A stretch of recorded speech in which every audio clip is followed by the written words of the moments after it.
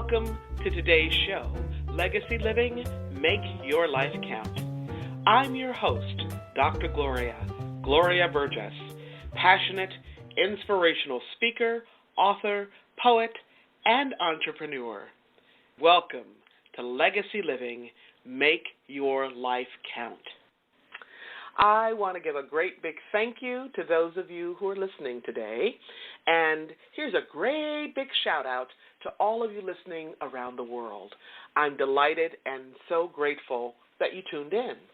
I sure hope you're enjoying a fabulous day today and that you're having a fantastic week, because you know what?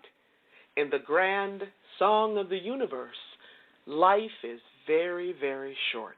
It's short and sweet and oh so precious. So I hope you're making a difference in your own life, because when you do, you also make a difference in someone else's life. Now, a lot of folks want to make their life count for something, and they ask me, how do you do that? Well, it's really very simple. Very simple. You make your life count day by day, step by step, moment by moment, every single day, 365, 24/7. That's what Legacy Living, Make Your Life Count is all about. You can learn more about Legacy Living, Make Your Life Count by visiting the Gloria Burgess website. That's Gloria, B as in boy, URGESS.com. That's the Gloria Burgess website, GloriaBurgess.com, or by visiting Facebook. And that's facebook.com/DR for Dr. DrGloriaBurgessPhD/. So today, I want to talk with you about leadership, a topic that's near and dear to my heart. Specifically, we're going to focus on women's leadership and forming your own identity as a leader. In other words, today's show is all about asking yourself two very important questions. The first question is, who am I? And the second question is, whose am I? So who am I and whose am I as a leader? Now, to help us address those burning questions, I have a very special guest on my show today. Her name is Melanie Cremona. She is a person of influence, and she is very, very inspiring. Now, Melanie is a leader who makes a difference in her own life and in the lives of so many others throughout the world through her work with the United Nations. She works at the UN's Institute for Training and Research, which is called UNITAR for short. At UNITAR, she heads up the Women's Leadership Program. I met Melanie last fall. We were both attending a women's leadership conference in Stockholm, Sweden. And when I heard her speak about her work, she was positively supercharged about it. So to simply say that she's interested in her work would definitely be an understatement. This young woman is truly passionate about her work. And I must say she is most definitely a woman with a mission. She is on fire to change the world, and in particular, to change the world for women leaders. When you hear her story, you'll learn why she's so passionate about making a difference, about changing the world in this way. I was struck by her passion, but this is just one of the many wonderful qualities that drew me to her, and I should say that drew me and all the other women to Melanie at this conference and to her work. Indeed, we were blessed to have her there as one of our honored mentors. Melanie is 23 years old, and she describes herself as a Lebanese Greek expat. Her work at UNITAR is focused on women and women's leadership. Her specific mission is to strengthen women's participation in multilateral conferences and decision-making forums. She's also in charge of organizing high-level events with prominent leaders and personalities, including Nobel Prize winners. Melanie attended the University of Paris 7 and the University of Copenhagen, obtaining her degree in sociology and anthropology. She also obtained the International Diploma in Humanitarian Assistance from Fordham University. Melanie says that she's always dreamed about making a meaningful impact in the world and often likes to question conventional norms.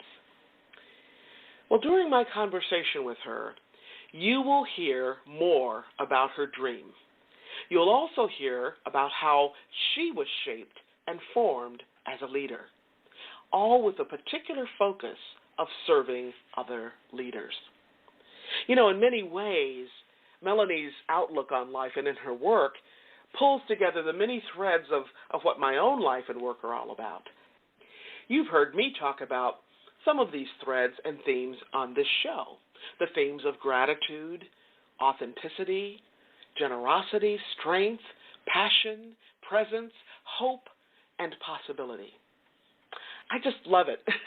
Two women, Melanie and me, from very different backgrounds, very different cultures, very different in age and lifestyle, and yet so many common threads.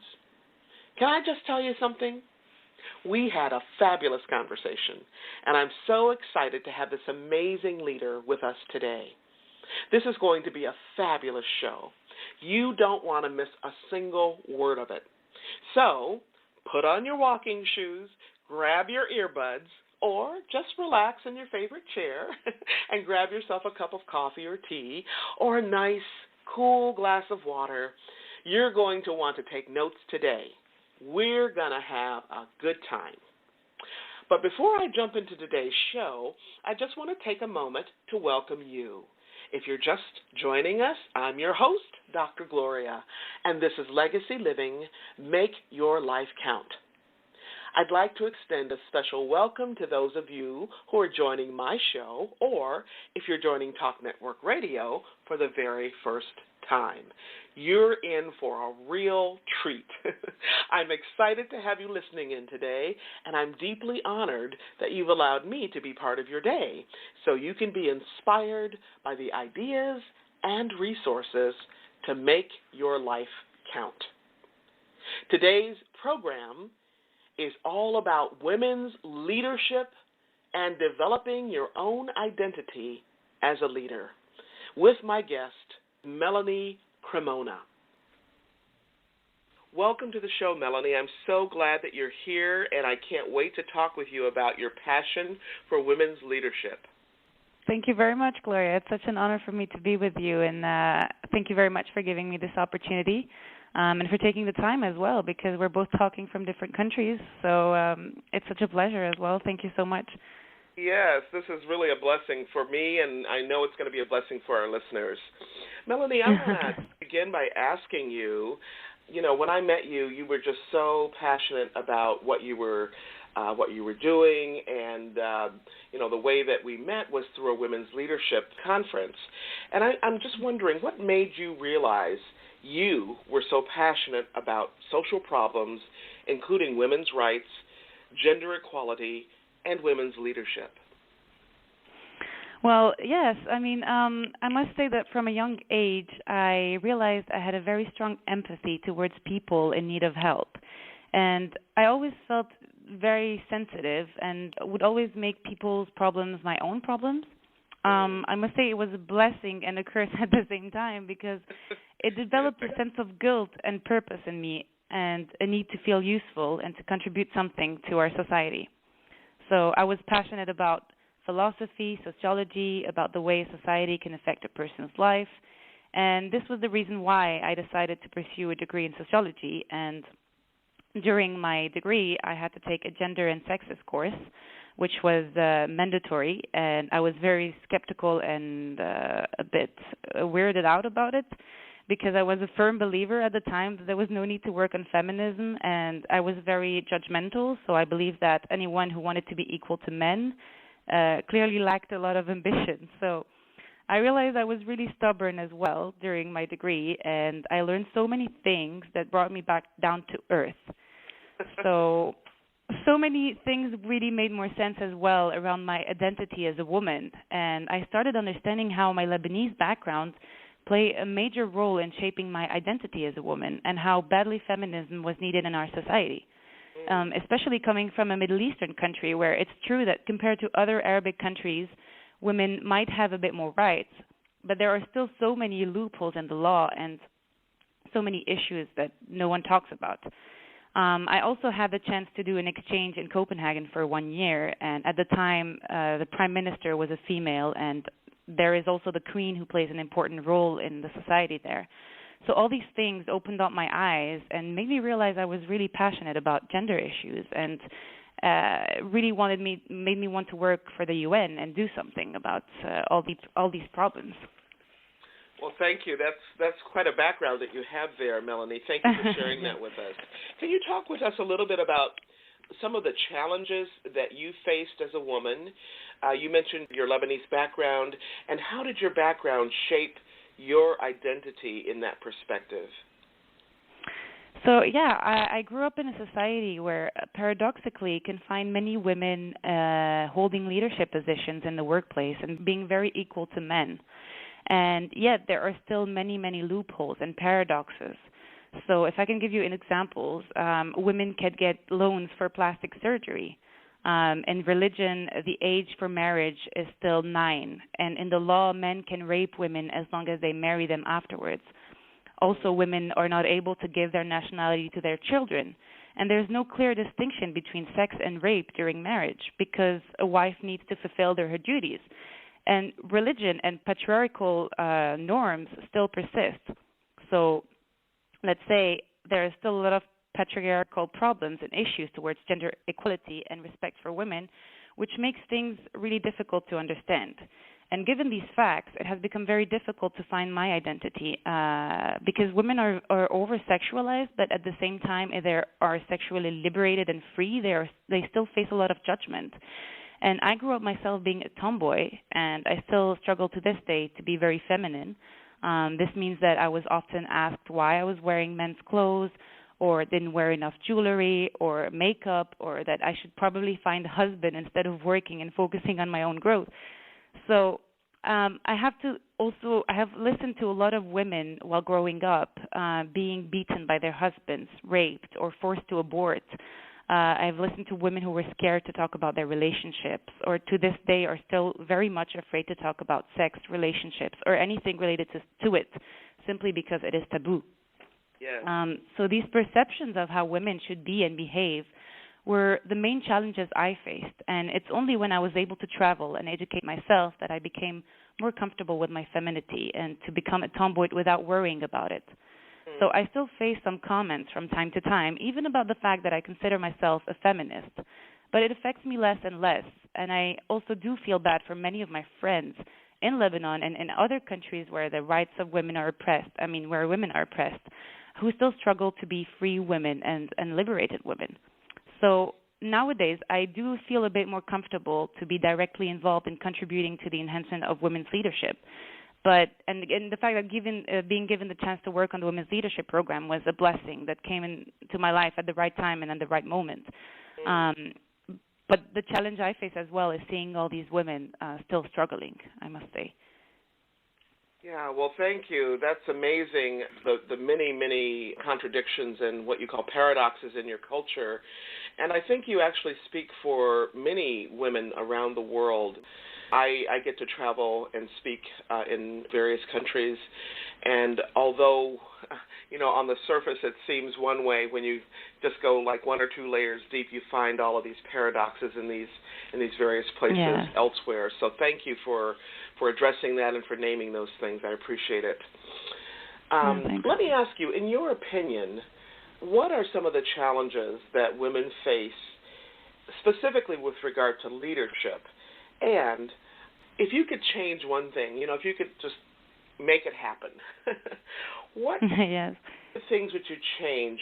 Could you just talk to us a little bit about that? Yes, it's a very difficult question, and actually really interesting at the same time because there are so many things that need to change. And there are things that can be easily changed and some things that are very difficult to change.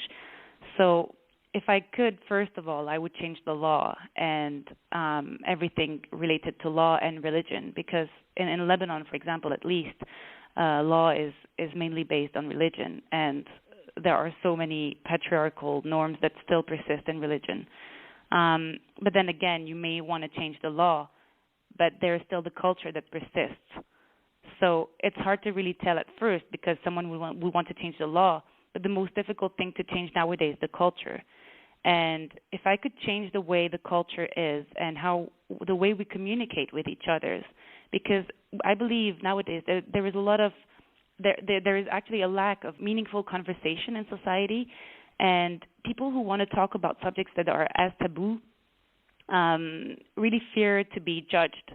And I still struggle a lot with the culture and the communication. So if I could change this, I would change definitely the way people think about women, and because there are so many people I talk to who do not believe gender inequality is such a big deal, and to focus on it would probably bring more positive discrimination, or even worse, make gender distinction persist. Yet gender equality is such an easily achievable goal compared to war, for instance. And to this day, culture is the number one obstacle we all face.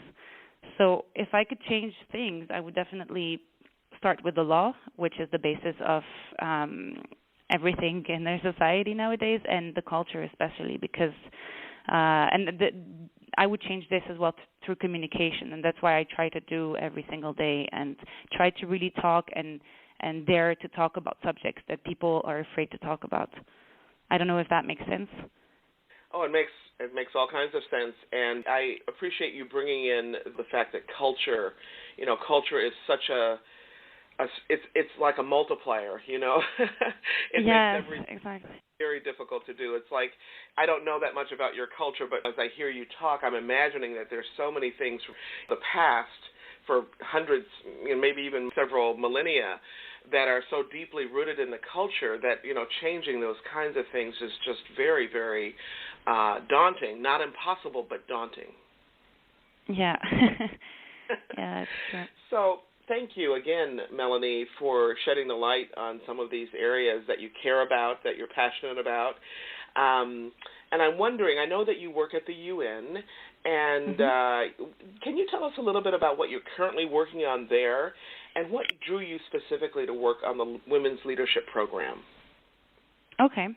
Yes, for sure. I mean, it's certain that my passion for human rights and sociology and contributing to the enhancement of our world brought me to work for the UN. It was certainly a childhood dream, and I specialized in humanitarian assistance initially. But life brought me to Geneva at the heart of multilateral diplomacy, and the Women's Leadership Program was handed out to me. It was a very fresh and broad new program, and that was launched in 2015 by my colleague, with the mandate to enhance women's participation in negotiations. So my current task and my positions are quite broad, though. I organize high-level events, inviting high-level personalities, such as Nobel Peace Prize, and with the purpose to deliver inspirational stories, talking about leadership and how civil society can lead also the way things are in our society. And the Women's Leadership Program is a specific program that has the mandate to build the skills, knowledge, and capacities of women and government officials accredited to the UN and its entities, as well as civil servants and people from the private sector. The core activity under the Women's Leadership Program is to provide capacity building for self-reflection, learning and development, and increase women's participation in decision-making and in politics. It has been expanded to people from other backgrounds who wish to undertake leadership positions too. And I believe this is how we met, through a women's leadership workshop and retreat that was done in Stockholm. Yeah. Yes. So, yeah, it's all about communicating, developing capacities of women, and also providing inspirational stories so that people can also be part of major changes on a global scale. I know when I met you at the conference in Sweden, your presence just seemed to radiate. Oh, thank you. It did, and I think, Yeah. as I recall, Melanie, many of the women in that circle commented to you, something similar, and I just, your position and the work that you're doing there is so needed and so necessary. And it's just, like you said, it's a blessing that you're able to be there to help lift these women leaders into a new place so that they can shine a light for the rest of us. So thank you for that work. Thank you very much. Thank you. You're so welcome. Another question I'd like to ask you in relation to the work that you just talked about, because this is big work. This is not something that's going to happen overnight, of course. And so I'm wondering, Melanie, what are the things that you think that would help you achieve some of the goals that you laid out? Yes. So, mainly since I work on the Women's Leadership Program, I use the UN as a platform to really reach out to as many people as I can. That's my starting point in a way. I want to be able to use this platform to be able to reach out to many people. And since UNITAR is an entirely self-funded organization, independent from the Secretariat of the United Nations, this means that we rely on donor contributions. And our main donors are governments, permanent missions, mainly who wish to associate their names to this project and who believe in the impact of capacity building and gender equalities. As I do not have a personal brand on my own to advertise, which I would love to have in the future, I wish to appeal to donations through this interview, perhaps, and invite whoever wishes to contribute or discuss solutions and projects or even partnerships to reach out to me to be able to discuss these things. I believe in partnership, union, to help achieve a larger impact. So far, this program has been struggling to be implemented because of lack of contributions. And one of the major issues we face is that organizations want to do these workshops, want to enhance the skills of their women's, but always blame the fact that there is no funds or it's not their decisions to send women to participate to conferences. So there are so many excuses out there, but the way to partner and to contribute would really be something very helpful. And I can say that because, first, the reaction you gave me as well yourself was that it really had an impact on some of the participants.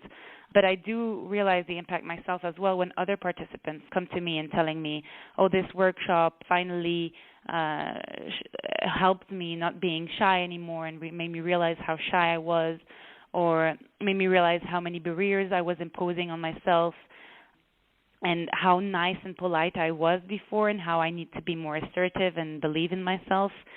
So I believe that capacity building and education is something really everyone needs to focus on, and help from partnerships would really is really needed. So this is how I shape my identity myself, through education and through capacity building. And I believe as well that what would help is communicating with other people. So in my daily life, I try as much as I can to believe I can make an impact. So what would help is for people to really communicate and discuss about gender inequality and stop being so judgmental in a way.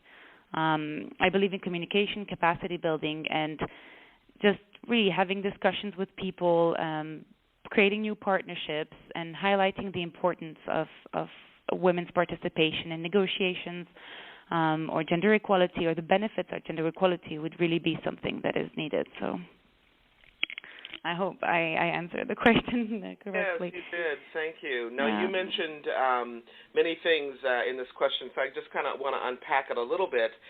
You mentioned UNITAR. Can you tell us what that acronym stands for, Melanie? Yes, it's the United Nations Institute for Training and Research. Okay, thank you. It's the training arm of the UN, yes. Yes. Okay, and so that's UNITAR. And you talked about building a platform so that you can reach more people. You talked about funding. You talked about the kind of the stigma, which is connected to funding. I think there's still a general sense that women are less than, and we have to do, more to get to the table, that kind of thing. And Yes, you also talk exactly. about the importance of capacity building and communicating and having conversations with one another. Yes. Yeah. Did I get most of those things in? Yes, Okay. correct. Great. Yes. And, I think as you were talking, I was thinking about, I think Margaret Mead said, never doubt that a small group of people can change the world. It's the only way that change happens. Exactly, yes. Yeah, and these conversations that you're talking about, it really is one woman, one circle, one group at a time. And I'm just, again, just delighted that you are involved in this work. So thank you again for what you're doing and what you're sharing. And I'd love to ask you a question. We talked about this several months ago when we just chatted about the show. So this is a more personal question, not about your work per se, but a more personal question, Melanie. Is that okay if I ask you one of those? Of course, of course. Okay. I would love for you to just talk a little bit about one or two or, some of the women in your life, women leaders in particular, who have influenced you and your leadership. Wow. It's really interesting as a question, I must say. And it's very hard as well to answer because there are so many women at the same time, and paradoxically enough, there's not many women leaders that are portrayed in society, which makes people sometimes a bit lost when they have this question. So I don't want to sound cliche by saying this, but it's true that my mom was one of the major female figure I had growing up. And it could really sound cliche because everyone grows up with a female figure that is close to their family in a way. But my mom was really a very strong woman, and she really had a very tough background because she had to take care of her parents alone. She had to really work hard and set aside her education to be able to really provide for her own parents. And I've never seen her cry or being devastated. And I'm not saying that's a good thing at the same time, but I've seen her always very strong and very resilient, which really inspired me in my leadership journey because I realized that it's true that life will give you a lot of lemon. It's really how you deal with them that will shape your personality in a way. And her sister were quite strong women, and they were very. My aunt as well was very involved in protest when she was young, and she's very. She's a leader in her own heart, and those two women influenced me a lot. But if I have to speak about famous figures, I must say that maybe Rosa Parks and Oprah were two female leaders that inspired me for their determination and for embracing their challenges and doing something about it. And also, it really might sound silly, but when I was younger, I grew up watching a lot of TV shows. And these TV shows had a lot of female protagonists. They were goofy and who were embracing their goofiness and clumsiness and at the same time being comfortable with it. And I do believe this is needed because it really allowed me to be very comfortable with my own self. So I also grew up watching the Powerpuff Girls, which is an animated cartoon and might sound really innocent, but the fact to see that women had powers while at the same time being feminine and embracing their own femininity and characters was really inspirational for me because I really wanted to grow up being a superwoman, and this helped a lot in my determination. Yeah, and what I think you're saying is that it helps to have role models. Even course. as a child, you don't think about your mom or your aunt or these figures that you're watching on TV. You don't think about them as role models, but they impress you in some way. Something about their spirit, something about, as you mentioned, how they overcome challenges, their determination. It just ignites something within us, doesn't it? Yes, exactly. I mean, it's very silly to say it and to talk about cartoons and TV shows, but it actually really plays a major role. I mean, if you grew up watching tales where there are princesses waiting for their princes, Yes. You might have a different perspective than watching girls who have powers and are saving the world before bedtime.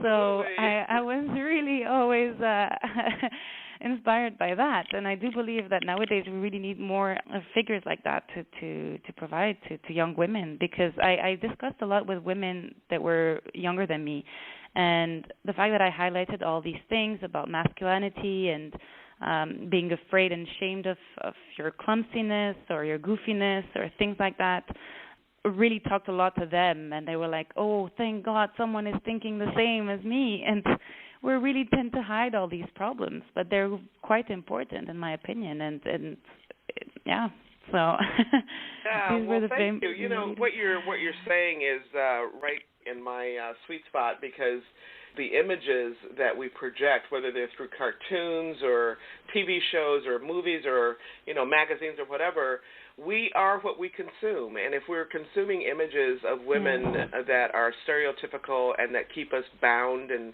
repressed and restricted, that's what we're going to metabolize for ourselves and imagine for ourselves. I'm reading a book by Thomas More right now that I love. I've read a number of times. It's called Care of the Soul. And one of the things he talks about that just really grabs me, he says being follows imagination. And so when you say that you saw these images that, were goofy images that allowed you to be comfortable in your own skin, that makes so much sense to me. I think we talked about the arts and leadership and how we can use the arts to really help transform those images into images that are women who are innovative and imaginative and creative and all of those things. So thank you again for sharing that bit about yourself. Yeah, thank you for listening and not judging as well, because people can say, oh, well, out of all these female leaders, these are the ones that she could come up with. But as you say, we were shaped by what we watch and see when we grow up. So I do believe it's important to address this issue. Absolutely. Thank you. So I'm wondering if there's a project that you're working on right now or something that's coming up for you that you'd like to make sure that our listeners hear about? Yeah, one of the projects I currently work on is the Women's Leadership Program. As I previously said, this program is really important and dear to my heart because I do believe in capacity building. I do believe in education and enhancing skills that many women need. And I know this because of the feedback I've received from lots of participants who took these workshops and who came to me and told me that it really changed their lives in a way, and it really opened up their eyes, and it made them more confident in themselves.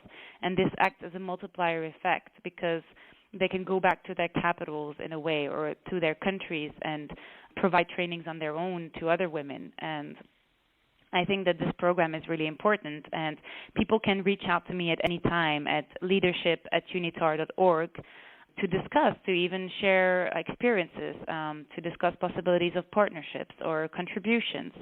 We really want to be inclusive in the UN and try to really work on partnering with other organizations to provide more workshops and on a larger scale. So this is my professional project, which is also a personal project. But as a personal project, I've been trying as well to really tell people about the importance of women's leadership and gender equality. So I do a lot of communication with people. I try to really open conversations, and I would really like to invite the audience who listens to do that in their own lives and to really take a step back and see how their unconscious bias can affect as well their own actions, because they did for me, and it's only through communication and open-mindedness that I was able to really see how judgmental I was and how women can also be very discriminatory towards others. I mean, it's important to communicate. So these are the personal projects to really try to have an impact on a very small scale at first, and try not to really be too ambitious while being scared not to do anything. But it's just my main message is to also say that there's a saying that says, I wonder why sometimes no one did anything about it, or someone should have done something about it. And it's important to realize that you are that anybody, and you are that something, that someone, and you can do something about anything. And it doesn't have to be a major impact or something that is really big. It can be really a conversation or a communication with someone or a remark or taking a step back towards our own beliefs and our own judgments, to try to be more open. And anyone can make a change at any time. And, yeah, I do believe that this is really important. So, yeah. Yeah, well, thank you. What you're saying is so important. Many people that I meet in my leadership travels, I work with leaders of all ages in lots of different cultures, women, men, young people, etc. And a lot of times they go, I'm just one person. What can I do to change the world? And as you just said, Melanie, it doesn't have to be huge. It doesn't have to be written across the sky, right? It doesn't. It can be one small thing in your world that makes a difference in somebody else's world. And that really is, I think, the heart of this work, of leadership work. There's some things that are very large in scale, and there's some things that are fairly small that are, within our reach, within our grasp. So thank you for making that distinction for our listeners. Yeah. And even given your example, having a radio show to discuss all these things, and it's really inspiring in a way, because it's definitely through listening to people and through exchanging ideas that we can make a change and get even inspired to do new things as well. So thank you as well for doing this yourself and for giving me the opportunity to speak up as well. You are so welcome. And to your point, there's so many people in countries that don't have the kind of communications infrastructure that we enjoy in various parts of Europe, where you are, and in the United States, and in other well-funded and so-called developed countries. Definitely. But everybody seems to have a cell phone, and so yes. if you have a cell phone, you can have access to a show like this. And one of my secret goals, just so you know, is to have this kind of conversation so that people all over the world can tune in and listen, because that's how we grow. Without access to this kind of information, you're just kind of stuck in your own little world, and you may not know what's happening out there and what's possible for you. Yeah. Definitely. Yeah. So and again, I want to thank inspiring. you for the work that you're doing, for the passion that you have, for bringing your background into play, and being inspired by those women in your life who made a difference for you when you were younger, and that you're now able to radiate that and do the same for other women. Thank you so much, Melanie. Thank you. Thank you for giving me the opportunity. You're so welcome. I wish you a good rest of it's evening there now for you, and it's morning for me. Yes. So good evening, and I can't wait to introduce you to my listeners. Great. Thank you so much. And thank you also for the audience who are listening as well. All right. Thank you. Fantastic. Wonderful nuggets. Thanks again to Melanie Cremona for being my guest today. If you'd like to learn more about Melanie's work, or, as she mentioned during today's conversation, if you'd like to donate to Unitar's programming to support women leaders, you can reach out to Melanie via this email address, and that's leadership@unitar.org. leadership@unitar.org. And remember, Unitar is UNITAR.org. So if you want to reach out to Melanie, she'd be very happy to hear from you. Now, if you missed any part of this week's broadcast about women's leadership, developing your own leadership identity, you can listen to the podcast right here on Talk Network Radio. Now, you can also find me on iTunes, SoundCloud, Alexa, and many, many other places. Now, before I close today's show, I just want to give a shout-out to all the women all around the world, and to my mom, who just celebrated her birthday. Yay! Love you, Mom! When Melanie mentioned her mom as one of the women leaders who influenced her, I was thinking the very same thing, as I know many of you were too.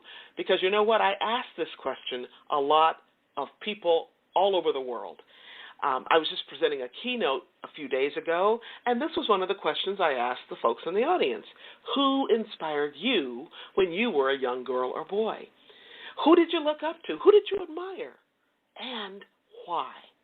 And you know what? No matter where I am in the world, the response to that question is always the same. Who inspired you? Who influenced you? This is what I hear. Well, my mom, or my dad, or my grandpa, or my grandma, right? So, it's amazing how much impact we have as leaders in our own home. Now, most parents don't think about themselves as leaders, right? They're just kind of scratching their head figuring out this parenting things. But we are. That's what we are. We're leaders for our children. And we have so much influence and impact in our own home with our own children. So moms and dads out there, even when it seems like your daughter or son isn't paying attention, let me tell you something. They are. They're listening, okay? They're listening, and they're soaking it all in. And more than anything else, they are watching you. Let me be really clear. They are scoping you out. They are observing every single thing you do, every little nuance, right? More importantly, they're watching you because they want to see if what you say and what you do line up, right? Our actions really do speak much louder than our words. A good friend of mine, who's a former CEO, she says this, whether you're a parent or whether you're in the boardroom, as a leader, in any context, your walk has got to talk louder than your talk talks. That's great, isn't it? Let me repeat that. She says, your walk has got to talk louder than your talk talks. Now, why is that? Because that's how we build the bridge called trust. Right? That's how we strengthen our bond with those we love. That's how we deepen our relationships, one step at a time, inch by inch, mile by mile, and smile by smile, at home, at work, and in any area of our lives. Every single day, 365, 24/7. So, ask yourself, how is your walk lining up with your talk? You know what? It's never too late to get your walk and your talk lined up, to get your act together, so to speak, so you can take it on the road and make a difference in someone's life, the difference that only you can make.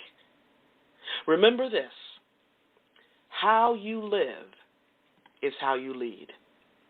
How you live is how you lead. Now, if you happen to miss any part of this week's broadcast, or if you missed last week's show, you can listen to a podcast of the show at your convenience. You can even listen to it on the go. How about that? Check us out at www.talknetworkradio.com/hosts/legacy living. That's talknetworkradio.com/hosts/legacy living. Before I close today, I want to thank each of you for tuning in to today's show and for allowing me to share just a bit about my journey with what legacy living is all about. Not just living and learning, but living and learning and serving so that you make a difference in your own life and in the lives of others. It's about being on purpose every single day, 365, 24/7. Legacy living is one of the many ways to make your life count. Once again, thank you for joining me for today's show. I'm your host, Dr. Gloria Burgess, and this has been Legacy Living, Make Your Life Count. Please join me again next week right here on Talk Network Radio for another show of Legacy Living, Make Your Life Count. Don't miss it. And don't just count the days in your life. Make the days in your life count. That's what legacy living is all about. Have a fantastic day, and remember, Make the days in your life count. God bless you.